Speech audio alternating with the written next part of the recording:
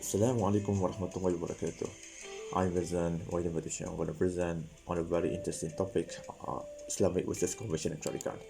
Some of the features which I'm going to elaborate are conventional credit card overview, Islamic credit card definition and evolution, modus operandi of Islamic credit card, Islamic credit card contract, Islamic credit card features, and some of the challenges.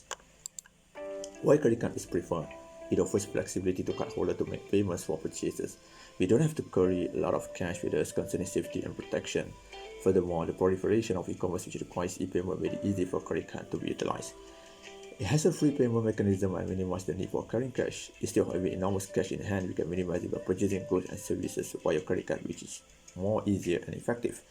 It enables easy payment scheme by spreading the payment for huge value purchases. With credit cards, one can enroll in easy payment schemes, i.e. zero interest scheme for 2 years without interest payment, or minimum 6-month installment without paying any interest. Internationally accepted as an alternative mode of payment to cash and checks.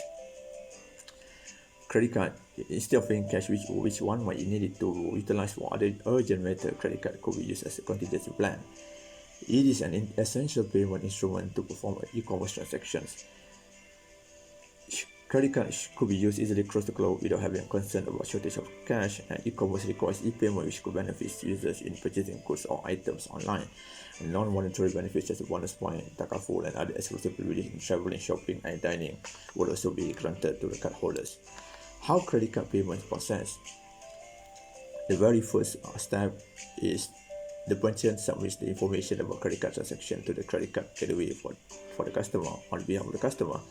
And then the second step is the payment gateway process the transaction information by sending it to the merchant's bank or processor using a secure connection. And the third step is the merchant's bank then submits the transaction to the credit card network, which routes the transaction to the customer's issuing bank. The fourth step is the issuing bank will either accept or decline the transaction depending on the availability of funds. Then they pass the information back to the credit card network and the merchant bank's processor. And the last stage is transaction results are sent to the gateway and the funds are transferred by the credit card network to the merchant's bank account in what is known as the settlement process. Once it is done, then we consider the payment has been successfully made. Why conventional credit card unacceptable under Islamic finance? First of all, interest is charged to the cardholder on unpaid balances after the expiry of the grace period, and interest is strictly prohibited in Islam. It is associated to riba. As we all know, riba is unacceptable and absolutely haram for Muslims. So no restrictions are imposed on the usage of these cards for making any type of payments. When we use the conventional credit card, there is no restriction on whatever purchases that we make. Unlike Islamic credit card, there is a restrictions on whatever purchases that we as a cardholder made. The insurance currently offered under the discount is conventional and is not compliant with Sharia principles. Definitely, when we use this conventional credit card, it associates with the insurance. While when we use Islamic credit card, it associates with the takaful. So these are the huge difference between Islamic and conventional in terms of insurance and takaful coverage. Besides, compounding interest is charged on the outstanding amount. For conventional credit card, there is a compounding interest, meaning to say that if one has an outstanding balance with the bank using conventional credit card, after the post 20 days of the grace period, the customer is eligible to be charged if the customer has not settled the made a full payment within the 20 days grace period. And then the compounding interest is going to be compounded every month until the full settlement is being made by the customer. Unlike Islamic credit card, there is no compounding interest. It's solely based on the Islamic underlying contract such as tawarruk or ujrah, which doesn't associate with any interest at all. Cash advance using this method is treated as interest-bearing loans. If you use conventional credit card, definitely when you withdraw money using cash advance methods, the interest will be embedded. And signing of conventional credit card agreement is not permissible, as it is a commitment to do something which is prohibited even if the client pays the outstanding amount within the grace period. As we all know, when one uses a conventional credit card, the fundamental is not wrong, fundamental is not right. So when the fundamental is not right, it doesn't associate with the Islamic principle. It has the element of riba, element of qarar, uncertainty, and element of qimar or maisir, gambling. That is totally unacceptable in Islam. Islamic credit card definition. according to Islamic economic expert Dr. Monzer Kauf, it says that signing a credit card contract and using it in a way that generated payable interest is haram. It is then borrowing on interest, signing the contract using it and making the payments within the grace period and making no cash withdrawal. Whenever cash withdrawal generates interest is permissible because it amounts to a contract that gives you a choice to deal or not deal with interest. That is why for Muslims, please opt for Islamic credit card. Credit card definition, credit card I, Islamic definition. It refers to a designated Islamic payment instrument with a line of credit or financing based on Sharia principles granted by an issuer to a cardholder, and where any amount of the credit or financing utilized by the cardholder has not been settled in full on or before a specified date. The unsettled amount may be subjected to a lesser rebate ibrah by the issuer, by the Islamic bank. So some of the Islamic credit card features are 100% Sharia compliant with no elements of riba, gharar, and maisir involved. As mentioned earlier, when we utilize Islamic credit card, it doesn't associate with any elements of unacceptable and haram in Islam. There is no element of riba, there is no element of gharar, and there is no element of maisir. And it is worldwide acceptance as cards are issued under MasterCard and Visa card. So basically, it can be used anywhere across the globe without any problems, without any accident. The profit margin and selling price is fixed and is known upfront to the cardholder. The profit margin and selling price is fixed and is known upfront to the cardholder. Yes, as we all know, when we in Islamic credit card, then the card in Malaysia, basically they use tawarruk and also ujrah. So whatever in tawarruk, especially in tawarruk, the cost plus margin been explained clearly to the customers prior to the contract being signed. Same goes to the ujrah, because ujrah doesn't have any debt obligation. It is solely based on the best services, privilege, and also benefits given to the customers, to the cardholders. The usage of card is limited to permissible activities only. The Islamic card issuer will decline transactions for some categories deemed inappropriate, i.e. bars, discos, nightclubs, karaoke services, purchase of alcohol, non-halal goods, massage services, gambling, and the likes. So as we all know, Islam really doesn't permit all these unacceptable, inappropriate activities. So basically, these are all not tolerated in Islam. Various types are available based on the client requirements such as classic card, gold card, platinum card, signature card, infinity card, and world card. Basically, more or less like whatever conventional cards, credit cards are given to the customers. Islamic credit card also given the same, but all falls under Islamic contract. The annual fees for Islamic credit card are basically lifetime free, and they don't charge anything for any like fee for utilizing the credit card. So basically, Islamic credit card consists of two contracts. One is ujrah based credit card, and the one is tawarruk based credit card. First, I'm going to bring you to the journey of Islamic credit card in Malaysia. It started with M-Bank in 1996, which used BBA underlying contract. BBA stands for Buy Vitamin Ajil. Due to harsh criticism by the scholars locally and internationally, and they shifted to Buy Al-Inna, and Buy Al-Inna also been criticized heavily by the scholars due to the legal stratagem hilah of riba, and nowadays Bank exchanged it to ujrah credit card. And in 2002, Bank Islam used Buy Al-Inna as well. In the 2006 BSN, Bank Separate National also used Buy Al-Inna. In 2008, we had Maybank used Buy Al-Inna, and we had Bank Rakyat, the first bank in Malaysia to utilize this tawarruk contract. And in 2008, HSBC was the first who utilized the ujrah contract. Basically, in tawarruk, only 3 banks are using this contract: Afin Islamic Bank, Bank Islam Malaysia, and Bank Kerjasama Rakyat Berhad, which is Bank Rakyat. While as you can see here, ujrah consists of a lot of banks such as M Islamic Bank, Bank Simpanan Nasional, CIMB Islamic Bank, HSBC Amanah, Maybank Islamic Public Bank, Public Islamic Bank, RSB Islamic Bank. So basically, a lot of banks use the ujrah contract for their Islamic credit card. Ujrah-based credit card. What is ujrah? Ujrah means counter value or service fee. Under the concept of ujrah, an issuer shall provide a cardholder identified services, benefits, and privileges in exchange of fee. Basically, Islamic credit card use Islamic underlying contract for debt obligation, but for ujrah, under ujrah credit card, it doesn't create any debt obligation. It is based on fee only. It doesn't create any debt obligation here. Unlike Tabarruk is been using a cooperative murabaha, which is for debt obligation, is for sale based, while this ujrah, it doesn't create any debt obligation, which is very good for the Islamic customer. The credit limit of the credit card may be assigned on the basis of card loan, meaning that a card hasan is a good loan. It doesn't actually should be any extra amount of the loan to the issuer. If anything that makes a profit to the issuer, it's called riba.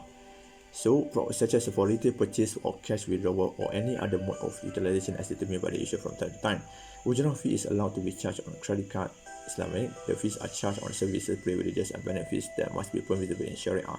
So, whatever benefit, definitely, when Islamic credit cards issuing a Islamic, when an issuer of the Islamic bank issuing Islamic credit card, it doesn't permit all the unnecessary items, unnecessary privileges which deems not acceptable to Islam. The ujrah fee must be a fixed amount and shall not be based on the credit limit. The total fee charged must be on the type of credit card, platinum, gold, or silver instead of credit limit. When the fee being charged on the credit limit is totally as a riba element. That is why in ujrah credit card it doesn't calculate the fee based on the credit limit, and it cannot do that. So this also under the SEC Bank Negara rules. SEC Security Council of Bank Negara mentions that the ujrah fee is solely based on the services, benefits, and privileges offered by the Islamic bank. This is some of the structure of ujrah-based credit card. Customer walks into the Islamic bank looking for Islamic credit cards. Upon sensing customer credit score, the customer will be issued a ujrah credit card. Definitely, it's not going to take immediate process. It's going to take maybe 1 to 2 weeks for the customer to get the ujrah credit card. Once the customer utilizes the card, the bank will charge the customer for ujrah for utilizing the benefits, services, and privileges offered by the bank. After 20 days of the grace period, not immediately customer will be charged. So customer will be given 20 days grace period to use the credit card. So once the customer make a full payment within these 20 days, so the customer will not be charged anything for ujrah. So the ujrah only will be charged if customer did not make a full settlement within 20 days grace period.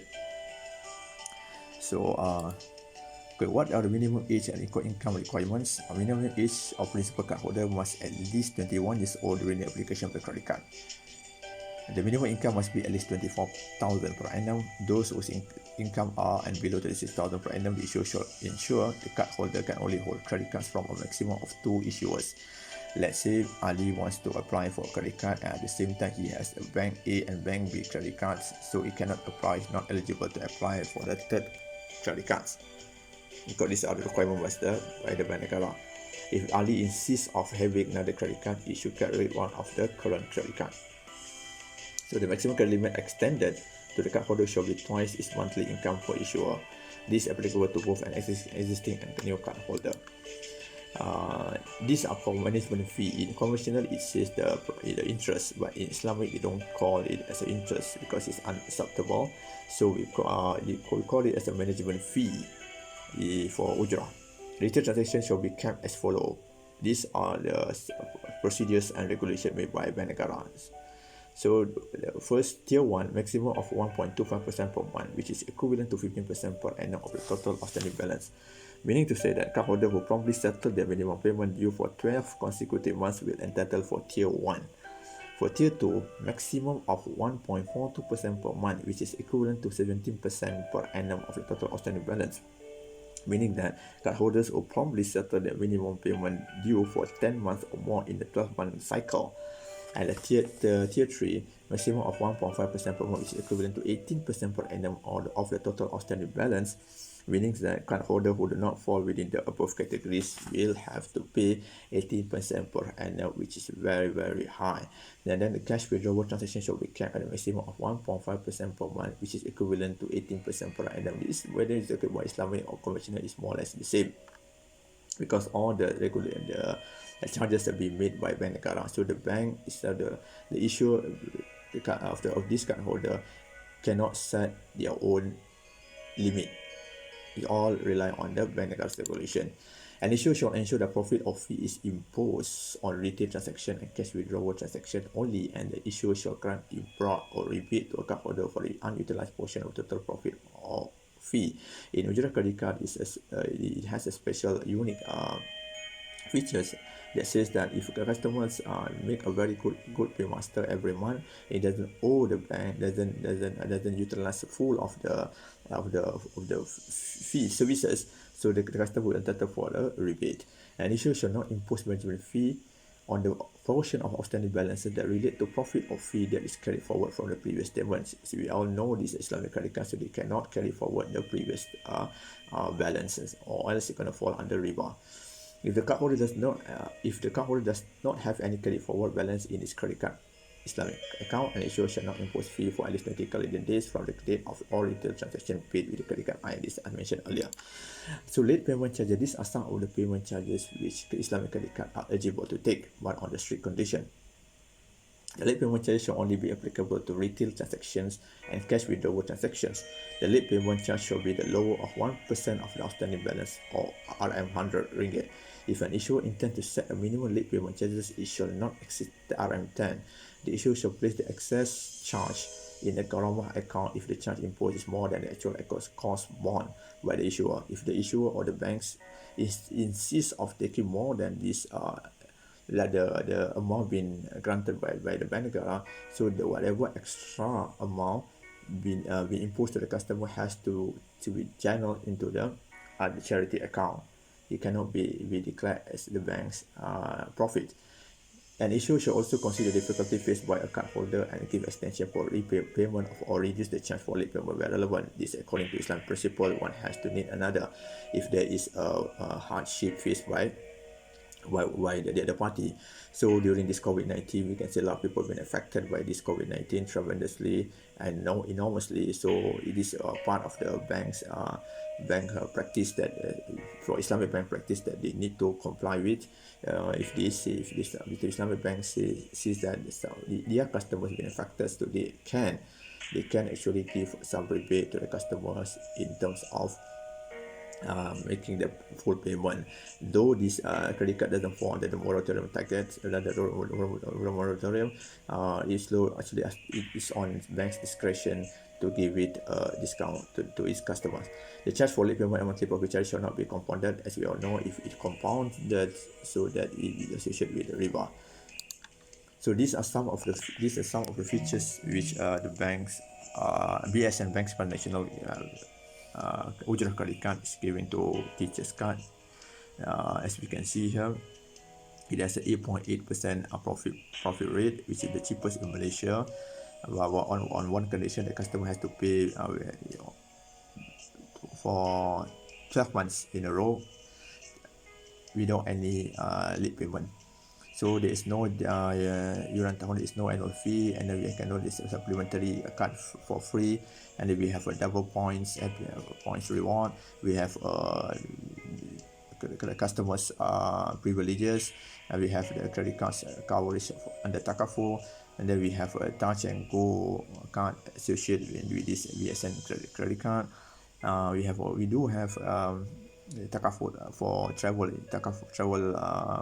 Takaful, and then for balance transfer also available in this credit card. And then installment pay plan for 24 months will be given to customers, and the customer also can enjoy the zero interest easy payment. And then we also auto billing, you can make payments via machines, and then you can just using interbank Giro, you can do internet banking, you can use other type of option to make the payment. Some of the challenges in Islamic credit cards are awareness, because most of the customers does not been shared this about this credit card, Islamic credit card to them. That is why most of them are still using conventional credit cards. Then so the Islamic banks which promote the Islamic credit card have to be more aggressive in terms of marketing their products, in terms of giving away their products to Islamic customers, so that they can have this information then they can change from using conventional credit card to Islamic credit card. So, and part of it, the Islamic credit card also Islamic bank have to stress on ethical marketing and also product disclosure. First of all, the bank officer or the bankers itself have to stress on ethical marketing, because these are all Islamic principles. They have to talk about the good thing about these products. If it has something bad, then the customer has to mention it to the bank has to mention it to the customers. They just can't just keep it for them and just tell about the good things, and about the bad things they just conceal it. This is totally unacceptable. So they have to tell about this ethical marketing, about this product disclosure from A until Z to the customer, so the customer can have a lot of information about Islamic credit cards. So and the last but not least, the charges are too high and similar to conventional credit cards. Yes, a lot of people keep complaining, say that whatever being charged in the Islamic credit cards are more or less similar, akin to the conventional credit cards. So what are the difference? So basically, the charges are all made by the bank negara. So the issuers of the bank is just following the instruction by the bank negara. But the fundamental thing is the underlying contract. The underlying contract is according to Islamic principles. Then I believe it is usable and is allowable, and so also doable. So the key of the matter is the customer itself, especially the Muslim, has to opt for Islamic credit card rather than use conventional credit card for the benefits of the customers itself. First of all, the riba can be eliminated by using Islamic credit card, and secondly, the gharar also won't be involved in this Islamic credit card, and also the maisir, also the gambling element also won't be in this Islamic credit card. So in a nutshell, please, I urge to all the Muslims, change. If you are currently using conventional credit card, please change it to Islamic credit card. For those are new who wanted to apply the new credit card, please go and search for Islamic credit card, which doesn't have any element of riba, doesn't have any element of gharar, and doesn't have element of maisir.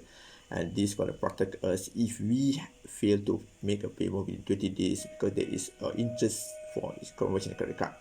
But if we, and then for Islamic credit card, it doesn't really be any interest, only they will charge a fee based on this Ujrah credit card, and at least we can protect ourselves and also protect our next of kin if we fail to make the 20 days payment, and at the same time we have outstanding balances, and when we die, the balance, the banks will definitely look for your family members, for them to make the payment, to settle the payment.